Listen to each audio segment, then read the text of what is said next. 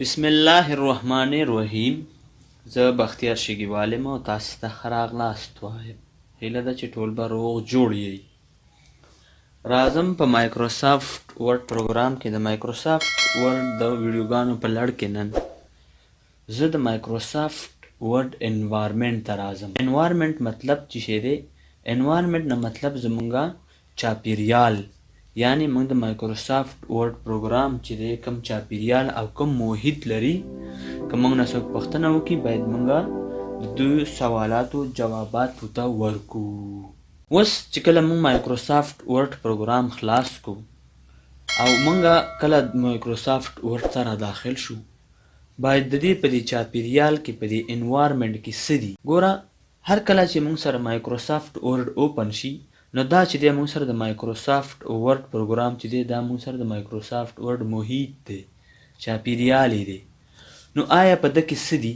اول زه راځم، اول چې تاسې اول دې سر ته راشئ، د دې ځای نه واخله تر دې سره پورې دا ټول موږ سره چې دي، دا موږ سره په دې ځای کې ټایټل بار دی ته وایي. سراسر چې دا کوم ځای دی د دې سیف بټن نه واله او د کیپشن دی بټنې پورې چې دی دا موږ سره ټایټل بار دی. ټایټل بار یعنی د یو پروګرام چې شی دی هغه ځای دی چې مونږ یو پروګرام د دې نه پیژنو چې آیا دا مونږ سره ورډ پروګرام دی. دا ورته لیکلي ورډ ډاکومنټ 1، مطلب دا دی چې دا فایل نه دی ثبت شوی. نو د دې لپاره دا مونږ سره ټایټل بارو په دې کې چې دی تاسې د دې سیف بټن نه واخله او تر دې نقطې پورې چې کوم ځای دی او نور مونږ داسې کمانډونه الو، دې ځای ته چې دی مونږ سره کویک اکسس ټول بار وایي. کویک اکسس ټول بار دې ځای ته وایي چې نو کویک نه مطلب دا دی چې یو پروګرام په دې پروګرام په داخل کې چې دی مونږ یو کمانډ ډېره په اسانۍ سره کارولی شو، یوز کولی شو، نو ځکه ورته کویک اکسس ټول بار وایي. اوس چې دی په دې ځای کې چې دی مونږ سره دا چې دی مونږ سره دا کیپشن بټنې دي. کیپشن بټنې دا درې واړه چې دی میکزیمایز، مینیمایز او کلوز بټنې، درې واړو ته مونږ سره چې وایي، درې واړو سره مونږ ته چې دی په دې ځای کې چې دی مونږ سره په دې کې کیپشن بټنې وایي. ورپسې چې دی دا کوم یوه نقطه چې ده دې ته وګورئ تاسې په دې ځای کې چې دی مونږ سره لیکلي دي ریبن ډسپلی اپشن. ریبن ډسپلی اپشن دې ته وایي. او په دې کې چې دی مونږ سره په دې ځای کې چې دا کومه لیکل ښکاري، دا کوم ټیبس ښکاري، دې ته ټیب وایي. ټیب ان د ریبن په دې ځایانو ته وایي. ګوره دې ځای ته چې دی فایل مینو وایي. چې کله مونږ کلیک کو نو مونږ سره چې دی په دې شکل باندې دا ځای را اوپن شي، نو دې ته چې دی فایل مینو پټي کل کې ورته فایل مینو وایي. او دا چې دی ورپسې هوم شو، انزرټ شو، ډیزاین شو، دې ته مونږ سره چې وایي، دې ته چې دی مونږ سره دې ته ټیب وایي. ټیب ان د ریبن وایي چې مونږ کولی شو چې د یوه ټیب نه بل ټیب ته په کلیک سره په اسانۍ سره واوړو او خپل کمانډونه استعمال کو، کار پرې وکړو. په دې کې چې دا کوم هر یو ټیب کې چې دا کوم کمانډ پراته دي، دا کوم آیکن چې مونږ ته ښکاري، دا آیکن د سب ګروپ کمانډ په نوم باندې یادېږي. سب ګروپ کمانډ. او ورپسې چې مونږ سره دی په دې ځای کې په دې سب ګروپ کې مونږ سره دلته دا واړه چې دی دا وړې وړې نقطې دي، یوه دا شوه، یوه دا شوه، یوه دا شوه، دې ته چې دی ډایلاګ باکس لانچر وایي. ډایلاګ باکس لانچر دې ته وایي. او د دې نه لاندې دا وګورئ دا خطکش دی او دا خطکش ګوره دا په اوږدو باندې دی او دا چې دی په لنډو خطکش دی. دې ته چې دی رولر بار وایي. رولر بار دې ته وایي. او دې کې چې دی دې خواته وګورئ تاسې دا پاڼه چې دی مونږ دا ورق چې دی مونږ یو نه بل ځای ته مونږ سکرول کولی شو، یعنې د یوې ورقې نه بل ته تللی شو، دې ته سکرولر بار وایي. سکرولر بار ګوره دا په اوږدو باندې دی، نو دا مونږ سره چې دی دا مونږ سره چې دی په اوږدو باندې سکرولر بار دی.